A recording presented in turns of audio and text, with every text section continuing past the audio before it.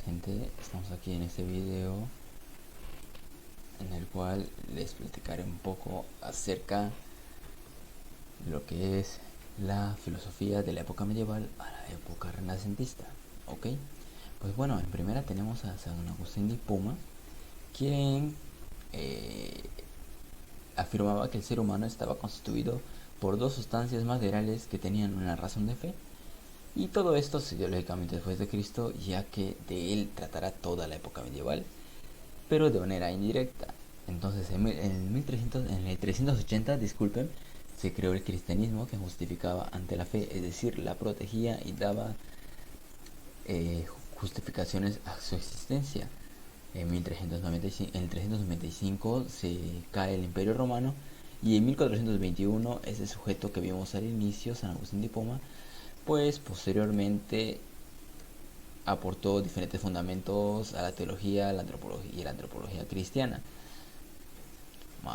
Poco después, 1224 a 1274, quien fue el tiempo que vivió Santo Tomás, dio argumentos conocidos como las 5 vías sobre la existencia de Dios.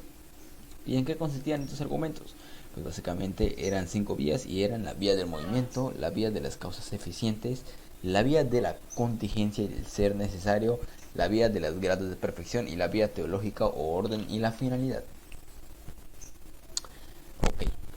Después, posteriormente, tuvo la creación de la Suma Teológica en 1265, antes de fallecer.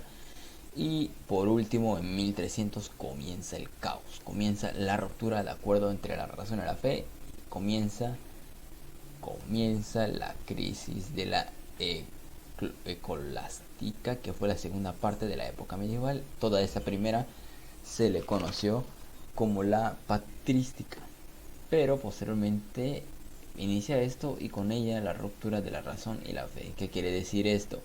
Quiere decir que todo inició con los acuerdos de tener a Dios como base de nuestra existencia y subordinar a la razón mediante la fe, con una dependencia de autoridad por la religión y lo que nos imponía.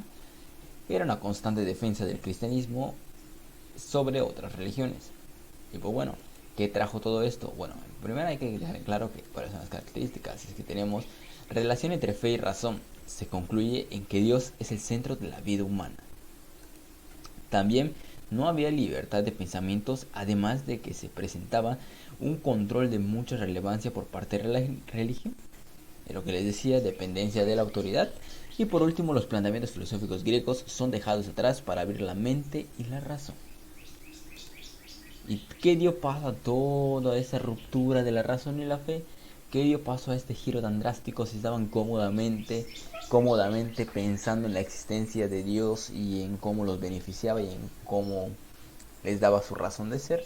Pues bueno, técnicamente empezó el Renacimiento y comenzó con Nicolás Copérnico. En 1450 inicia el Renacimiento, pero Nicolás Copérnico, casi años de su muerte, antes incluso empezó a revolucionar el pensamiento en la sociedad.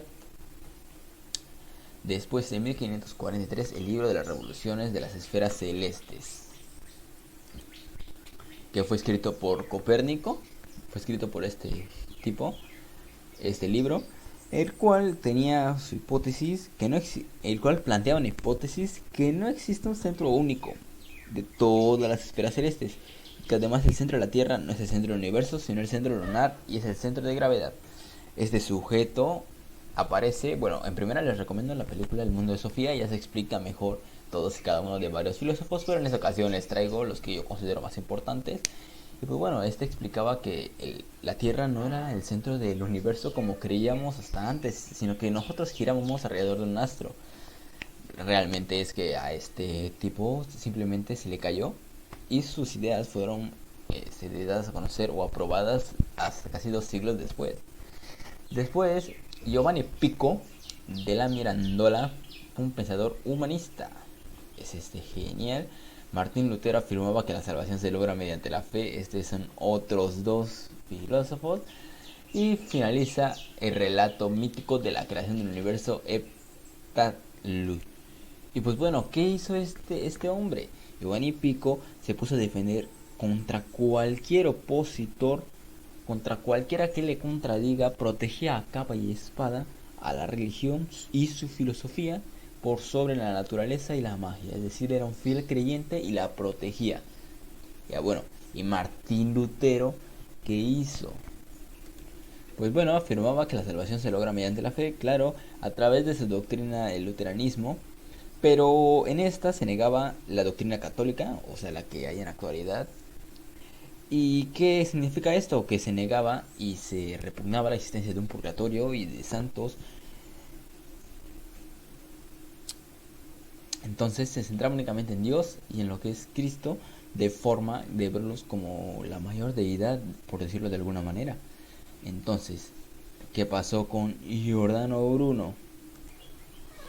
Bueno, pues lejos de lo que es la religión, la contrapuso.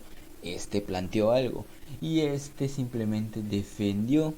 Pero ¿qué hizo Pues del mismo modo en que Copérnico dio ideas a la cosmología y de verla de un modo con un modo diferente, disculpen, pues este tipo también lo hizo y dio a conocer en que el Sol, en que realmente nosotros somos el centro del universo, claro, lógicamente apoyó la idea de Copérnico, pero que a su vez existen cientos de planetas y cada uno con animales y vidas inteligentes y que técnicamente son infinitos, cosa que hasta cierto punto es real.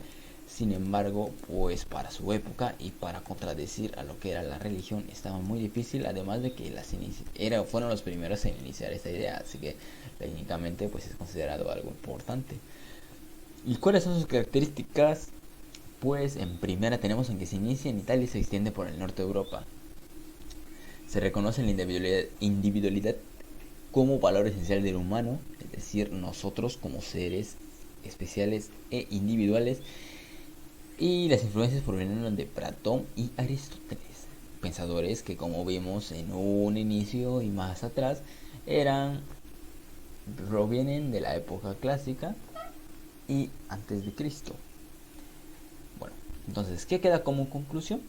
En que la época medieval intenta hacer una síntesis entre la filosofía y la religión. Su principal preocupación fue comprender cómo la revelación divina le daba sentido a la razón humana, ¿ok?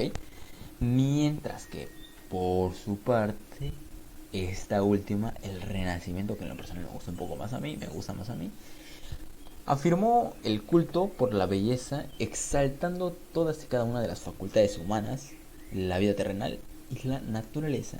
Cabe mencionar, se me pasaba a comentarles, que este último renacimiento dio paso al naturalismo y a las ideas humanistas, así como a la cultura laica e independiente. Entonces, esto sería todo. Esta es mi línea de tiempo. Espero que les haya gustado.